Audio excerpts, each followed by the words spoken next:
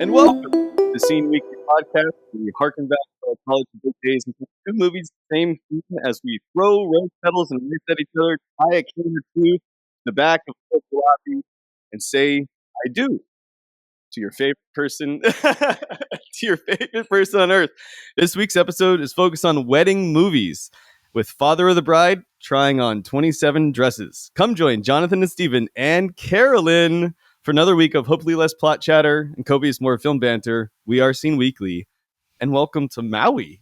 And thank you for having us, by the way. Yeah, thanks for This coming. is unbelievable. It's You've lived in Hawaii. I've never lived or been to Hawaii until last night, but this is unbelievable. Yeah, everything you dreamed of. And more. I mean, we just came from Bali. We came from Rio 2 months ago, and this we thought nothing would really top that, and this is like immediately. I see the shirt. Yeah. I need to get a Hawaiian shirt. Clearly, I've been left out of the group here, but we will be singing a duet to some extent because the mic situation here is a lot to be desired. But anyway. Hey, we're making it work. We've done some live podcasts in the past with various results. But I think we're figuring it out slowly but surely. So thanks for bearing with us. We're in paradise right now. And it feels... And why are we here? Call on me. Yes. I'm getting married. Yeah. And John is the officiant. So he's also MVP. This is super exciting. We're excited. This is going to be an interesting one, handing the mic over to each other left and right. But nonetheless, duet it is. But yes, thank you for having us. Unbelievably fantastic weather. And I hope that the rain stays away on Sunday. So. But it could be good luck. But lovely. So why are we here, though? Nicholas, my friend, your now fiance, and soon-to-be husband, as of this coming Sunday, you guys decided to tie the knot, and there was demands and a mandate, basically. Yes. There was a demand that you had to be on the podcast, and there was going to be... Oh, yeah, you did. That too. So you demanded to be on the podcast. That was part of the terms and conditions. And so here we are. 27 Dresses meets Father of the Bride. And I have to ask, have either of you seen both movies, or has it been a while? It had been a while, but now I've seen them. So you've seen both before this podcast, and you rewatched them. Okay. Father of the Bride for me, I've seen before. It was kind of murky in my memory. 27 Dresses, I had heard of, but I've never seen. And to be clear, which Father of the Bride we're talking about? This is a very good point, and one in which I had because there's a second one in 95, right? No, this one. This is the second one, but so the original, and then they remade the original, I think, in 91, and then they have a Father of the Bride 2 with the same character set that came out in 95, I believe. No, there was one like a couple years ago. Yeah, with Andy Garcia. Yeah. Oh my goodness, I don't know about these there's a lot of Fathers of the Brides, I guess. There's a sequel of... Yes. So the original, this was the original remake, correct? Yes. The 91 version. Yeah. And then I haven't seen Father of the Bride 2. I have. That's been a while. It's about babies. Yeah. That would make sense. I mean, it's the sequel. Where are they going to go next? Yeah. But 27 Dresses. I was shocked. Appalled or shocked and why? What? Appalled and shocked because it's like such a fun movie, and then you're like, yeah, I haven't seen it. I feel like half the movies on this podcast you just say like, yeah, I haven't seen it, but I think your movie memory is probably worse than mine. It was like solidly down chick flick lane. So if that's not what you were watching, like in those years, I had to do research on this movie and find trivia facts and things like that. And one of the things that I found out for 27 Dresses was when it came out, the audience was over 75% female. Yeah. So of course, I mean, I'm going to maybe miss a film that came out. You might have not even seen any ads for that. It might have not shown up in your demographic. Exactly. So, but I'm excited to talk about it because it was a fun watch. I literally watched it yesterday on the plane to Hawaii. And it's kind of funny. Like, I watched both of these movies on the plane, and the girl sitting next to me must have been like, "Why is this guy obsessed with wedding movies?" Kind of wanted to explain it to her, but I just let the mystery wander. Mm-hmm. Yeah, and you don't have a wedding band, so yeah. It's just like I'm really addicted to weddings. I'm going to Maui right now. Mm-hmm. Is that weird? Would that be a little strange, right? Yeah. But not too strange. You could be watching some killer flicks on the movie. Yeah, that would be a little strange. But in terms of I guess a rom-com or however you would categorize this, because I'm well with I'm of that 25%, certainly of that, the audience, the men who have watched and continue to watch like Sleepless in Seattle, Where Harry Met Sally. Like I've seen pretty much everything, and I continue to watch them consistently. But like, where would you rank 27 Dresses, and not just for wedding movies, but in relation to other rom-coms, generally speaking? I would say like not super close to the top. Like I think it was like a very enjoyable watch, but it wasn't super memorable. It's a paint by numbers rom-com. Like it has like all of the kind of cliches of like, you have this. They say Judy like, Greer is the friend. That's every cliche of all those. Yeah. It's like you have the one. That's a very good point. You have the love the love interest, Katherine Heigl, as this person that loves weddings, and then you have the other guy that's just cynical about weddings, and then they come together. And of course, they're both very good looking. Yes, but set in New York. But yeah, all of these things. We got to dig into both of these movies. How do you want to start this? How do you want to go about it? Let's do Father the Bride last. Let's go with 27 Dresses. Let's go fun, little nice and easy, and then go to Father the Bride. I think actually they're both fairly fun and easy, though. All right. 2-7. 27 Dresses came out in 2008. What were you all doing in 2008? Oof.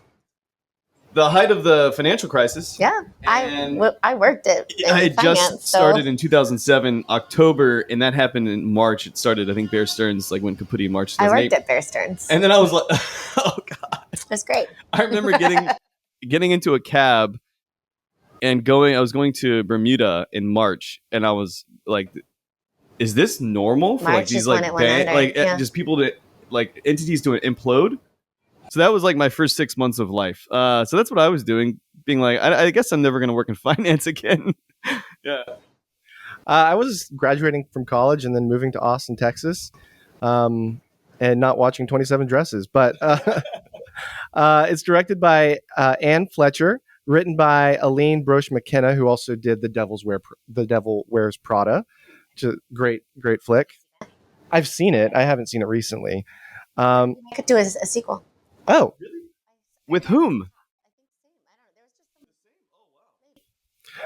I would watch that sequel. This could be fake news. Sorry, everyone. It's starring Katherine Heigl, James Marsden, and Malene Ackerman. Budget $30 million. Worldwide box $163 million. Whoa! What? Yeah. Wow. Yeah. That's none from you. 28. I mean, they got our $8. Did you actually buy the movie? Did you rent it? I did. Yeah. So you properly gave them the money that they, No, that's not included in box office. That is substantive. That is shockingly substantive. Like, I mean, I understand that. Anyway, that's true. Mostly women, though. Mostly. Rotten Tomatoes, the critics gave it 40%. I don't think it's in that realm of percentage-wise. I'd give it higher than that, but we'll talk about it. What was the audience? Well, the audience was 56%. Those were probably all guy haters. Yeah. The tagline of this, there's two. This January, always a bridesmaid, never a bride. And the other tagline is, she's about to find the perfect fit. Those aren't very good. No, we never find any really good taglines. They're always pretty crappy. But yeah, I'll give you the basic plot of this movie. Jane Nichols is the ultimate bridesmaid, always the helper, never the bride. With a closet bursting with 27 hideous bridesmaids dresses, each with its own cringeworthy story, Jane has perfected the art of saying yes to everyone else's big day while her own life collects dust. But when her younger, flighty sister Tess swoops into town and charms Jane's longtime office crush, her boss, George, Jane's always the bridesmaid's mantra starts to feel less charming and more like a curse. Enter Kevin, a cynical yet annoyingly handsome wedding columnist who sees right through Jane's yes woman facade. As Jane scrambles to plan Tessa's wedding while secretly pining for George, Kevin starts to uncover the real Jane beneath the layers of taffeta and tulle. So yeah, this is a fun movie. Yeah. After the entire synopsis and two, underperforming taglines. Yeah. Hey guys, it's overperforming. I mean, it's it killed it. 163 million. Killed it. Clearly people appreciated this movie. I think anytime I'm reminded of Arrested Development, any character in Arrested Development, any derivation of a character, I will gladly be appreciative of what they're trying to do. I don't know. Is it the best movie in the world? No, clearly not. But when it comes down to it, how was your flight? Was it a better flight than not? Yeah. It's an airplane movie, right? That's great. Did it make it a better airplane movie? Did you actually talk to the girl that was next to you? Maybe she was. Yeah, what did she say? Did you talk about 27 dresses? Yeah. You didn't want to bring that up? Did you steal her planner? I should have. Yeah. There was a lot of opportunities to pick up what James Marsden was doing in there, but yeah, I mean, I have a lot of questions about this movie.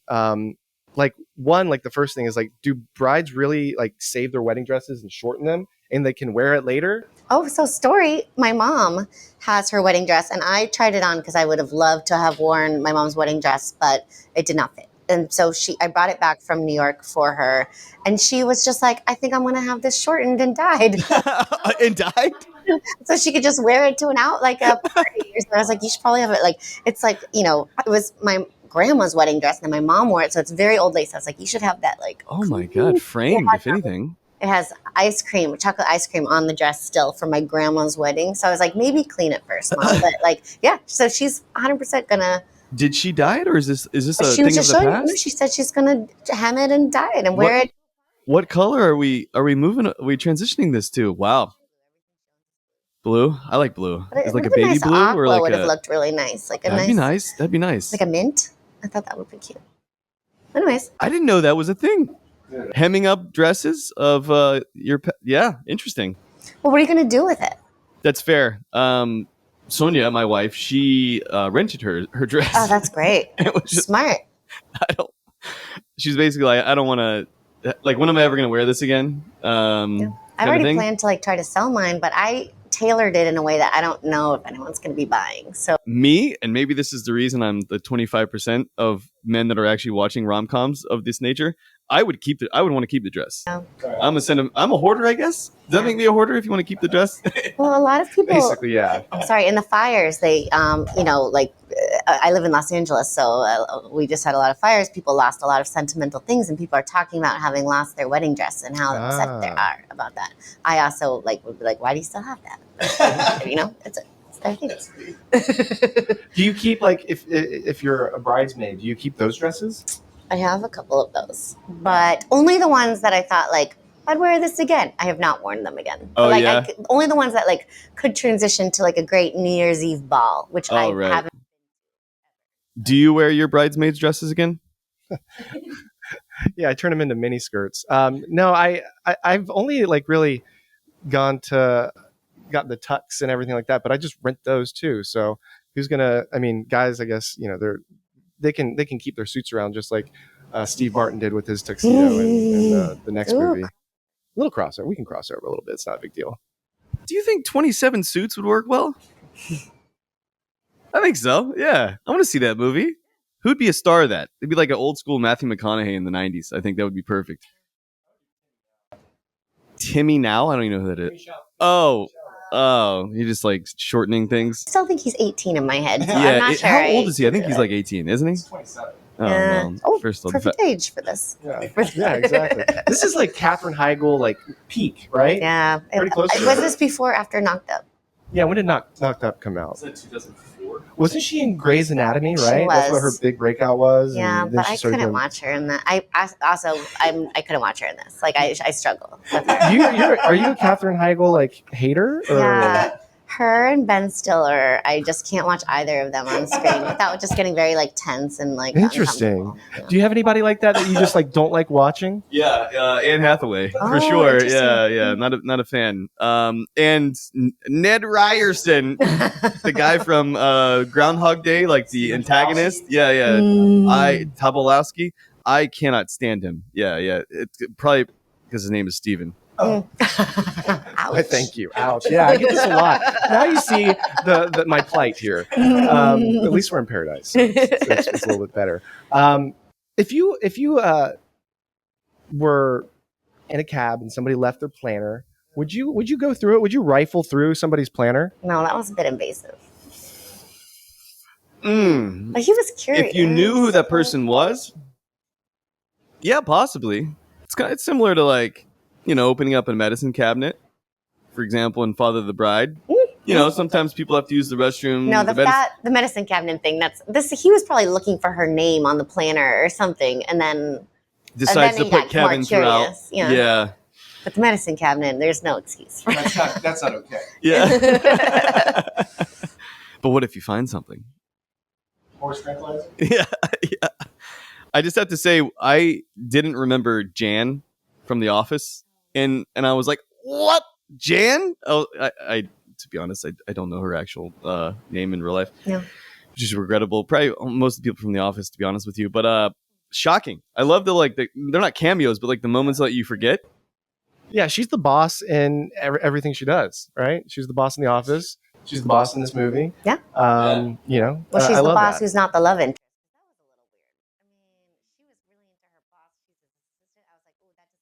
He was kind of a tool. George, I don't know. I didn't really, I didn't vibe with him that much.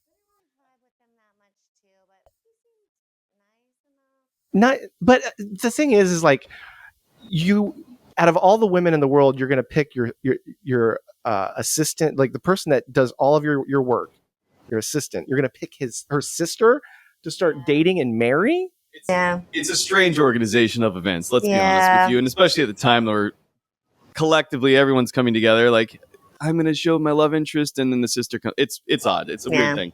I will say this. I was running on the treadmill while watching this movie and taking notes at the same time. Flex. I don't know this flex, but I was laughing out loud and like did that like kind of like a sidestep where you like step a little off the treadmill and then like a little herky jerky. But the quote was, it's just one drink. It's not a weekend in Oahu. Made me laugh hysterically because we're now in Hawaii. Which I thought was hilarious. But I also thought the tall delivery guy looked like Macaulay Culkin. I don't know if for the flowers? For the flowers, yeah. Well, and then Kieran Culkin, another tie-in. Hey. Yeah. I was like 15, 20 minutes into this movie, and I wanted to make a prediction and see if I was right. So I started, and this is my prediction. Jane and Kevin are going to get together by the end of this film in a fabulous wedding. And I was right. I called it. I'm sorry. There was just a huge whale breach right out there. Do you see right over here, like between? Do you see that big? Oh, I see it. Yeah. Look wow. at that again. I saw it. Oh my God! Did you see that? Like it totally came out of the water. I'm sorry, podcast watchers, but like that's pretty cool. And we're just seeing this from the patio of our little podcast venue. What else you got for this movie? Any other thoughts? I forgot about the Benny and the Jet scene. That was like very like early 2000, like a whole like drinking. It sort of reminded me of Coyote Ugly when they do the whole like dancing on the thing. I was like, oh, it's so fun. Like that was fun.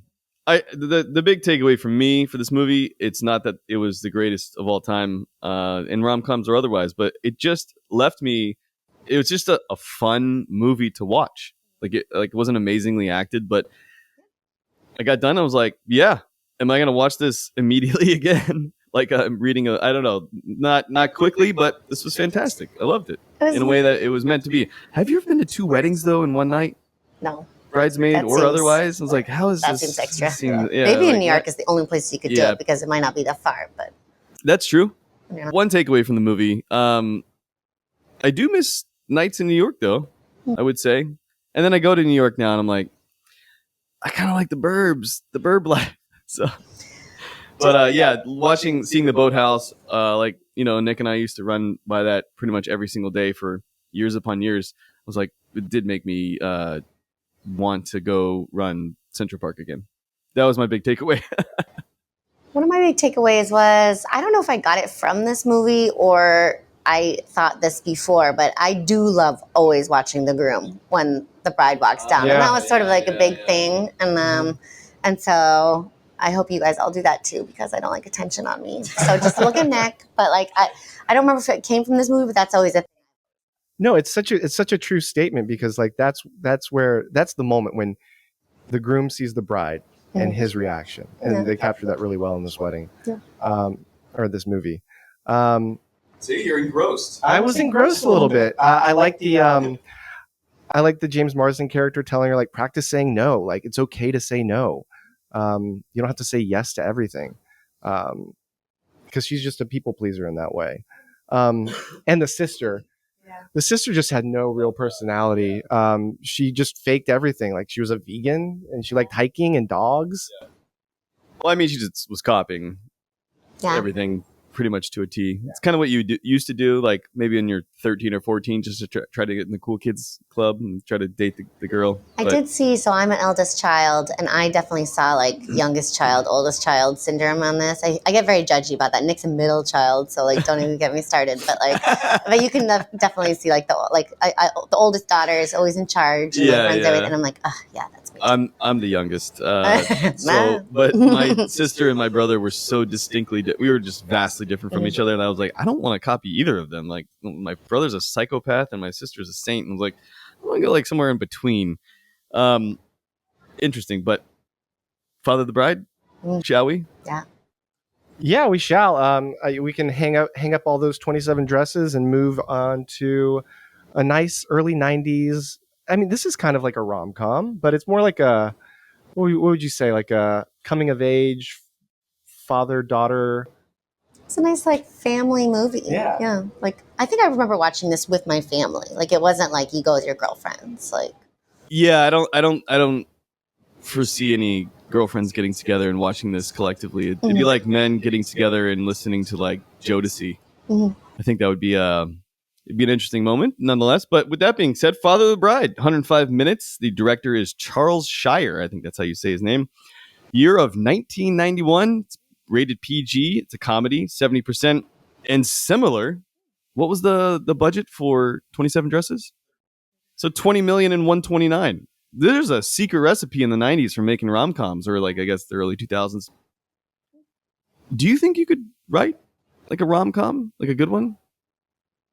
I think nowadays, if you just, any movie, no matter what it is, if you have big block letters and then like you pause and have like some type of soundtrack that goes along with it, for whatever it's, The Substance, for example, I can name a million movies. I think like Tarantino kind of invented it, but then like people just like extrapolated. It'll do well. Rom-com with that, big 130. I think all the rom-coms are going to the streamers now. I don't think they're box office. That's 130, fair. 170. That's true. Yeah, nothing's, I mean, you got pretty much 6 movies making that much money, and they're all action related. George Banks, Steve Martin and his wife, Nina Diane Keaton, and are the proud parents of Annie. But when she returns from studying abroad and announces that she's engaged at 22. Oh my goodness. It gives me heart palpitations thinking about it, having a daughter. Their whole world turns upside down, especially now that overprotective George,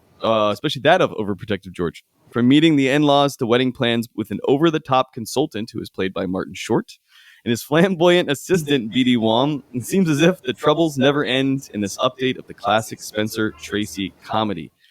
I have never seen the original. Have you seen the original? None of us have? I didn't know there was an original. Like, when did the original come out? So I don't know. I didn't do enough research on that. Maybe I did. I do have other 1950.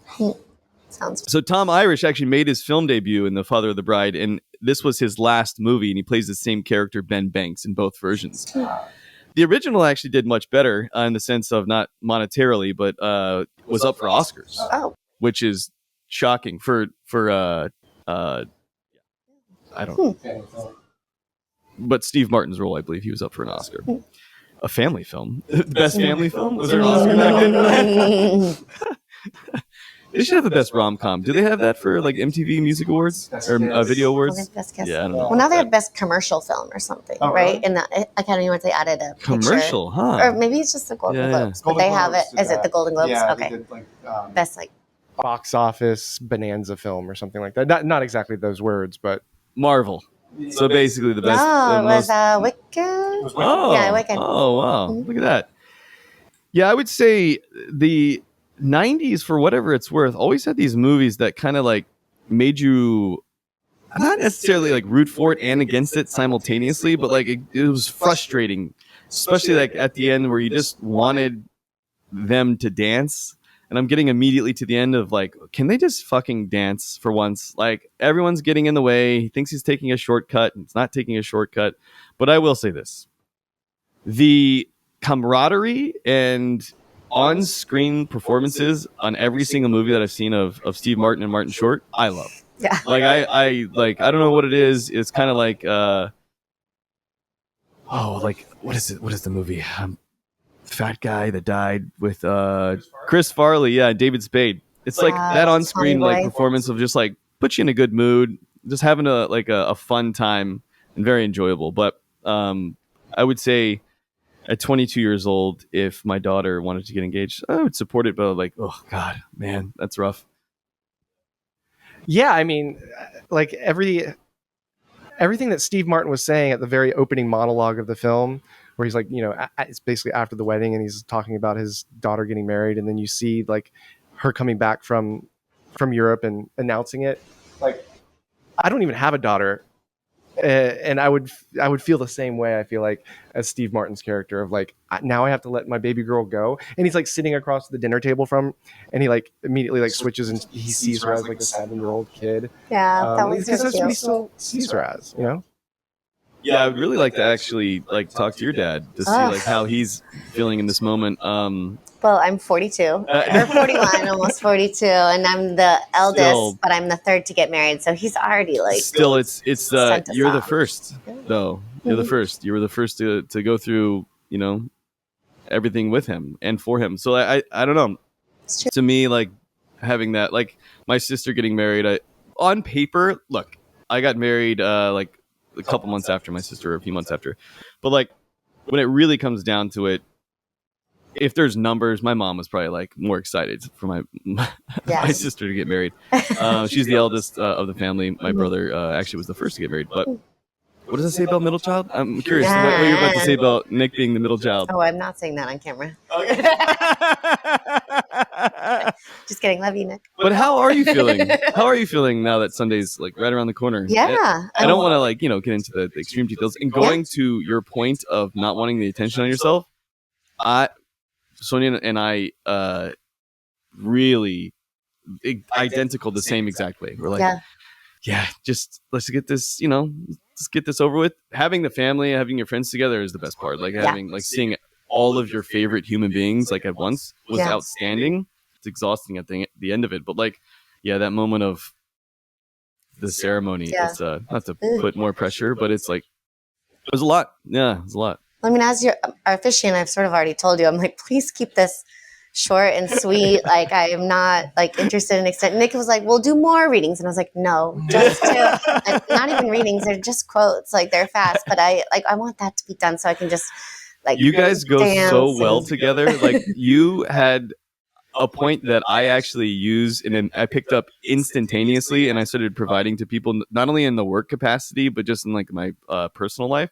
But you're like, if you give Nick blue sky, you're not going to get anywhere, basically. Like he has so many opportunities to like entertain the creativity of like, oh, this is going to be interesting for this. And that's a great quality. I think you have similar qualities in the blue sky, like never like pinpoint something. But I definitely agree about Nick. If you give him the blue sky, like you gotta need to give him three choices. Refine things. Yeah. My aunt told me that, and I was like, yes, but that's exactly it. I've stolen that pretty much. I have to say, do you think pearl necklaces are a sign of the past? Whoa. There's no euphemism. Whoa. I didn't know this was that kind of podcast. It's funny enough, we're going to be talking about another movie later on this week where there's a direct joke of the pearl necklace. And I think it's classy. I think it's a really classy thing to wear. It's probably coming back. It's probably one of those things that comes back and then goes out and comes back. So I think, it was probably like of the times now. And I'm sure it's coming back in the Connecticut crew. I say going forward is just going to be held against me in a court of law. I like the pearl necklace. I just, I should just stop this now. I like the pearl necklace. I didn't know that's come back. It's pretty solid. I have to ask as well, like who wore it? Sorry, I didn't pay attention. Did she wear it for her wedding? Yeah. Okay. So Sonia loves robes. But she loves to wear robes for whatever reason at hotels in particular. Mm-hmm. Yeah, do you as well? I thought about asking for one. I haven't done it yet. So I have to ask you. So it's one thing I find hilarious, and then she thinks she just feels like so either posh or like it's just like excellent. Does she wear robes at home? I bought her a robe at Yeah, home so, because she liked them so much in hotels, and then like I was like, you should probably get one. So she has a couple, and now our daughter has one. So there's that. Yeah. What about you? Do you like robes? I love robes. I think I'm a big fan. I actually, now that you brought it up, I need to invest in a new one because the one that I have, or the one that I had to throw away. Oh no! What happened there? Pearl necklace? Well, I mean, things Whoa. get used up after a few years. But yeah, I fuck with robes. I love it. I should have known because I have 2 robes here. Like I have like the bridesmaid robes. You guys could have like been in like nice little floral robes that my sisters will be wearing. That would have been hysterical. Yes. A floral. Did you have what kind of robe did you have? First of all, it was just a nice soft white one that was from Williams and Sonoma. Or, no, not Williams. That's a cooking place. It was from like a fancy store. I don't remember, but it was nice. Puffball felt? Did it'll be fine. Okay, sorry. Okay. I have to say was it the Honk and Frank? Are like the Chad and Brad of like white people, basically. Just like the characters and the character development. I don't know. I really like that was character development. No, like 90s. Well, I guess racism. To be honest, as of now, but I just felt like it was. I loved it. I loved the character that Martin Short like pretty much like pulls together. You have to watch the second one then because he becomes like their like birth coach. I'm sorry to give it away. Coach? So Annie gets pregnant. Spoiler and then alert, also 1995. Someone else. I mean, the movie's I guess been out for a while. Also, I think Diane Keaton's character also gets pregnant, and they become the birth coach. Yeah. Well, already the age difference between Kieran Culkin and Annie was quite vast. So I guess that's their thing. Every 10. Interesting. Wow. He needs a bisectomy. Like it's just happening every 10 years. It doesn't seem like it's really planned out. It's just like I think Kieran Culkin was a mistake that they kept. Well, now there's another, and then Martin Short becomes their birth coach. I gotta see that. Okay, on the flight home, I'm gonna be watching Father of the Bride 2. It's happening. Are you really though? Are you really gonna download it, watch it on film? Okay, well. There's an interesting tidbit of the film that I actually looked up in terms of a fact, but George Banks says he doesn't want the wedding to bankrupt him, and so he'll end up wandering the streets in a bathrobe, hence the robe. But this actually happens to Steve Martin in The Jerk. Yeah. Didn't catch that at all, even remotely. And there's actually 3 more like little tidbits of references and referential points that they utilize from like Martin Short and Steve Martin films that are actually interplayed in the dialogue. Yeah, 70s. Yeah, Jerk is like one of his original like breakout films. That's so interesting. Speaking of like it will bankrupt him, I did the math for $250 a head and having I think it was like 547 people.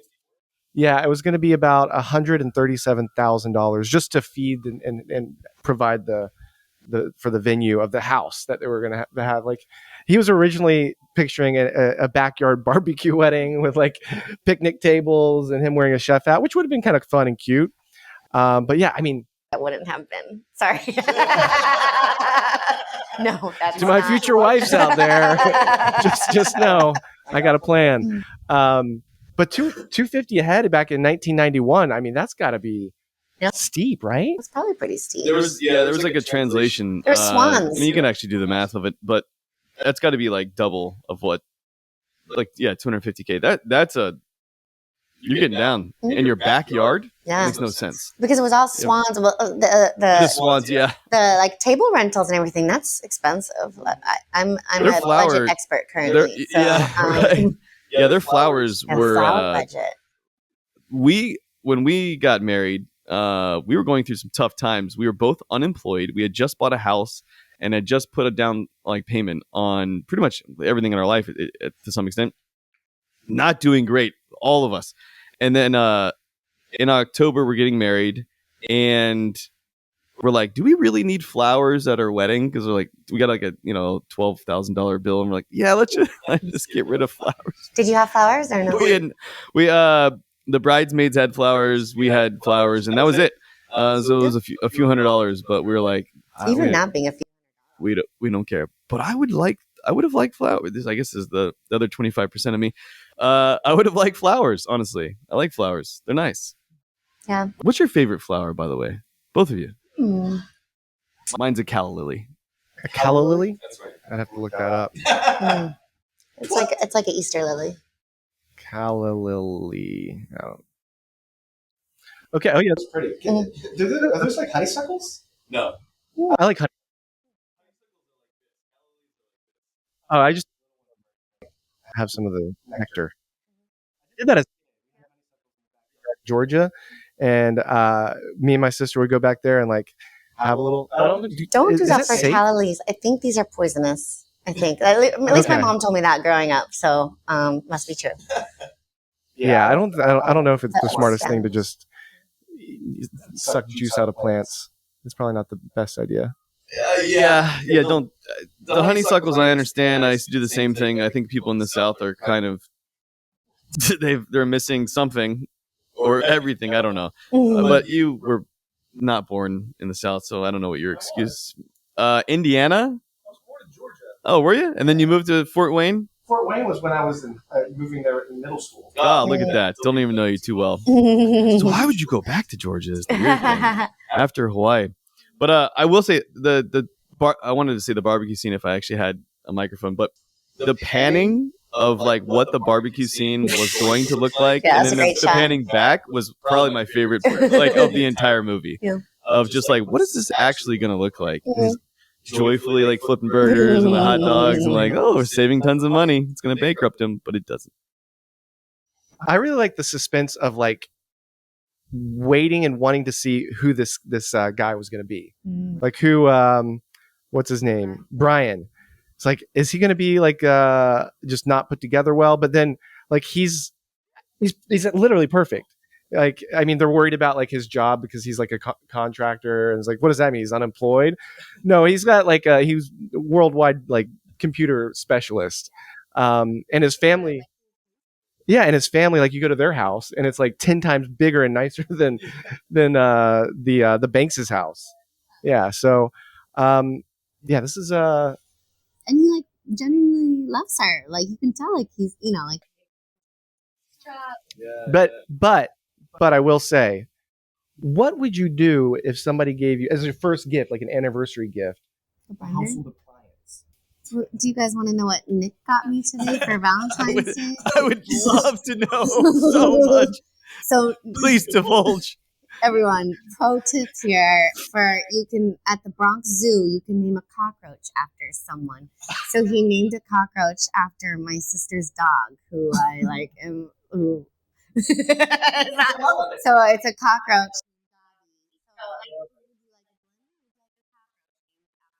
Definitely the latter. I thought this was going to be a turn of a different story here. The way you framed that setup, I was saying like presents come in all shapes and forms. Yeah. What do they do with the cockroaches? Like, and how do they know their names? Is there like a digital like NFT that comes with it? You're like, this is Dobby. Is there like a ring camera where you can like go and just look at your cockroach? There might be. There's some sort of a Zoom link. Maybe they're going to show me other things at the Bronx Zoo. Nick wants his like niece and nephew to watch. It's tomorrow. Some people like to watch cats. Some people like to watch cockroaches. To each their own. That's the only Nick would be able to do. So I could really find something like this. Like Nick's Blender, the Vitamix. That's a great present. Great present. That's what I actually got my sister for when she got married. Wow, that's fancy. Yeah, she's like, we can make soups and ice cream, and I was like, can you make ice cream with that? Wait, I bought it for her. I don't know. I don't know if she has. I haven't asked. We just have an ice cream machine. And speaking of, we're gonna have a mint chip off. I don't even know if that's not against you. Sorry, not to be. Into ice cream. We got an ice cream maker too, so yeah, we have an ice cream maker too. Okay, and for years we've been challenging each other on who can make better ice cream.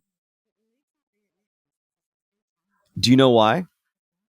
He has a story of his brother when they were growing up. I believe Nate only was able to eat the Baskin-Robbins mint chip for a variety of reasons, and he had to be forced, Nick, to eat mint chip from Baskin Robbins, and he's like, this is the worst flavor ever. And so he doesn't like he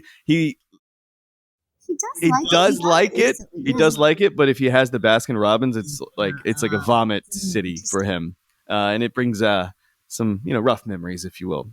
So bring up mint chip. Maybe I'll bring up mint chip myself. We didn't get your favorite flower, and now I want to know your favorite ice cream because we're on the subject. Well, also, I want to tell a story too about like a mint chip related story. So my favorite flower. So Nick's favorite flower is protea, and I, as part of my bouquet, have like the hanging birds of paradise. I don't know if you've seen those. So That's the state flower of Hawaii, I believe. Yeah, birds of paradise. Ice cream is hard. Nick makes amazing ice cream. So actually, I would say like the consistency is amazing. So he just made this like buttermilk vanilla one. It was really great. But then, so my sister growing up played the trumpet, and we have a band at the wedding, and the choices were like, we have a 5-piece band, 6-piece band, 8-piece, 9-piece, and the 9th piece is a trumpet. And I was like, we only need 8. I don't need to hear the trumpet at my wedding. 8 is enough. The 9, he just sets it over. I was like, I didn't want to hear the trumpet. Wow. I'm not giving her a link to this podcast. Oh, okay. It's gonna blow up. Just wait. It's gonna be I have to say, the framing of this couple, they meet each other in Spain over a summer abroad. I'm curious, how did you and Nick meet? Yeah, what's the story there? Oh, look at that! Yes. But okay, my other sister actually met her husband studying abroad. Wow, that's cool. Yeah. Wow, that's so we awesome. got both pieces of that. Yeah. Yeah, but the wedding in Hawaii was in Kauai like a little over 2 years ago, and it was great. We were like only single people really there. There's one other, and so like there's a moment where I had to choose.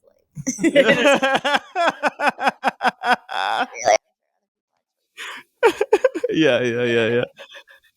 I like the fact of the question I asked of you, which I could probably keep for another time. But like when I asked, what was like the first moment that you saw him as the potential for a lifelong partner, and your answer, correct me if I'm wrong, was the fact that Noel, basically, his concern was for your dog, and I don't know, it was like really touching actually, like that he immediately like kind of centered like, how's Noel doing? Like not just you. Now it's like the entirety of who you are. Yeah. So not only are you important, but also your dog and everything that is involved with you. I'm in. Yeah. No, I appreciated that. I thought he was just like a fun wedding friend, and then we flew from Hawaii to LA because he had a conference in LA, and he like met my dog, and he's like, oh no, it's important to me that she likes me, and I was like, but why? You're never gonna see her again or whatever. And then I was like, maybe you will. Actually, I hadn't thought about that. Yeah.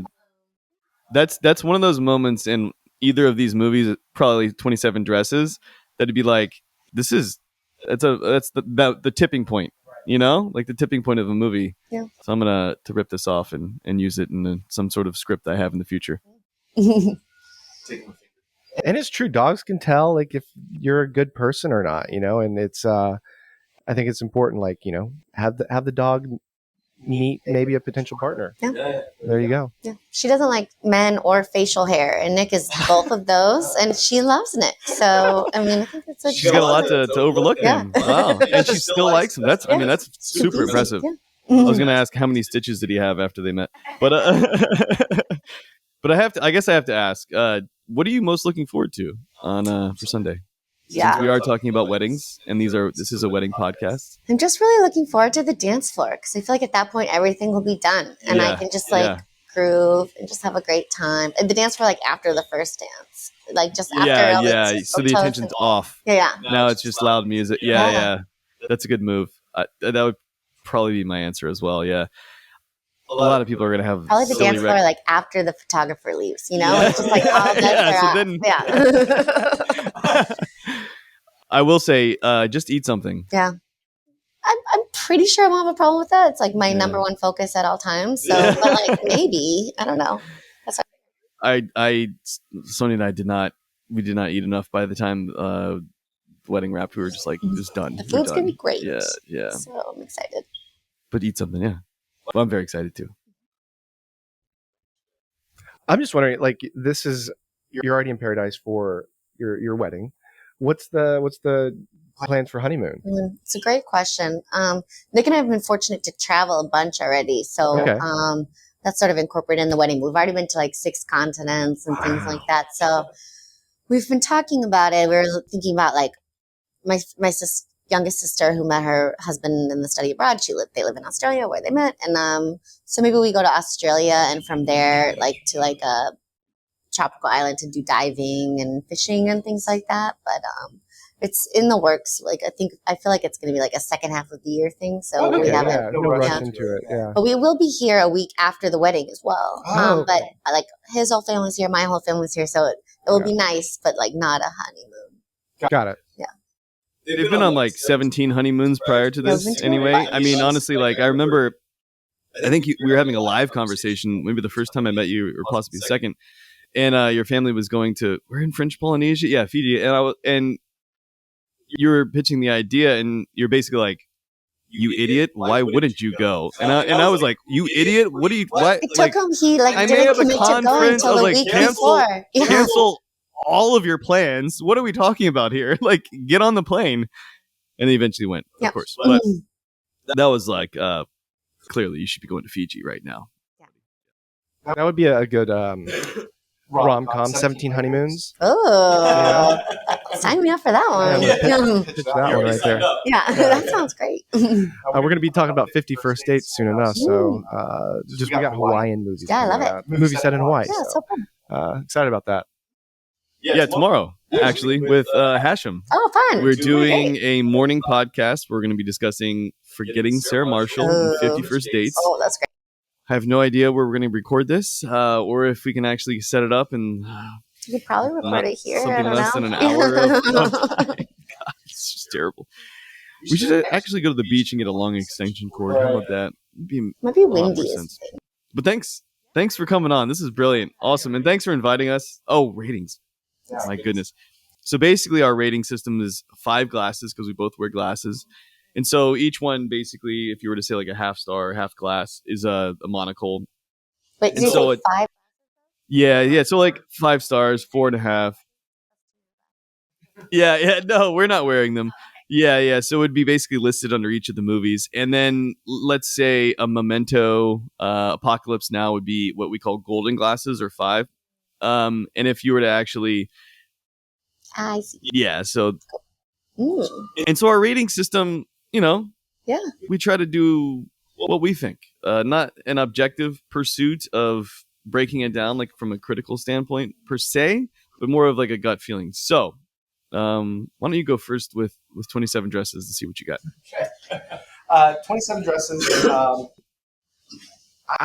For me, like I like rom-coms, and this is just like bread and butter, fun, good rom-com, and.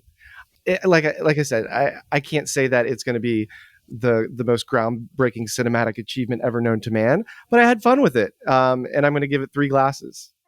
Wow.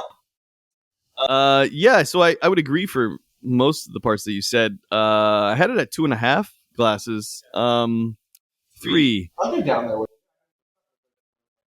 I love the movie. Just to be clear, I can. People rate, I think, The Beach at a 13%, which we've talked about before in Best Beach Movies, and I love The Beach. Right. So I can still like movies and rate them poorly, or just not great. But I'd rate it 2.5. What would you rate 27 Dresses? Well, I have been thinking like 3.5, but now that I hear your guys', I'm actually with the 2.5. Like I don't know. Like also, We're like on the if 2.5, they had been like Judy Greer as the main person and not Katherine Heigl or something, like I would have liked that. That's a good point. I don't know. What the color? What is it? Which one? Point of like. Well, I do have a fun fact about Judy Greer. Her mom was a nun who got kicked out for being a little bit too wild. Ooh. And she owned a red dress when she was a nun. She couldn't do that. So shout out Judy Greer. I think you're awesome. Yeah, she's amazing. We're going to be talking about her in The Descendants later. Anyways, now let's go to the rating for Father of the Bride. Where did she store that red dress? If you're not going to like, I have so many questions. I mean, that's like that's another rom-com that would actually be one of those that's like hard hitting. A nun that got kicked out for being a nun, got this red dress on the side that I use on the weekends. I'm a side nun. I got a side nun. I mean, that would be like a rap song. I don't know where I'm going with this. Father of the Bride. This is a tough one as a garbage truck is picking up things downstairs. But I enjoyed Father of the Bride. I try to quantify this as best as I could. I don't actually even precisely know how to rate this, so I would open it for entertainment purposes, but I would rate it between a 3 to 3.5, and I can't go anything more than a 3.5. Yeah, I think this is like quintessential. Like when you think of Steve Martin, I think this is one of the movies that you think of. Yeah. I think he has some great like Buster Keaton, Charlie Chaplin slapstick kind of scenes that go on in this film that are just you don't get that much anymore. Well, not from Steve Martin because he's old. He wouldn't be doing those kind of Well, things. he still does that. Oh, I haven't seen that. I heard it's good. I heard it's really good. Excellent. Yeah, I've never seen it. But we watch movies here, so sorry. But yeah, I'm in the same boat. I don't think this is quite 4-star or 4 glasses territory, but I don't think it's like, I think it's slightly better cinematically than 27 Dresses. So 3.5 is where I'm kind of at. What about you? Where are you at? This movie is like, I get it. Like maybe it's the concept, but if the concept doesn't work for you, you shouldn't have watched it. But there's nothing you can do to this movie to make it any better. I think this is like perfection. So do we bump it up to a 4 just for? I don't know.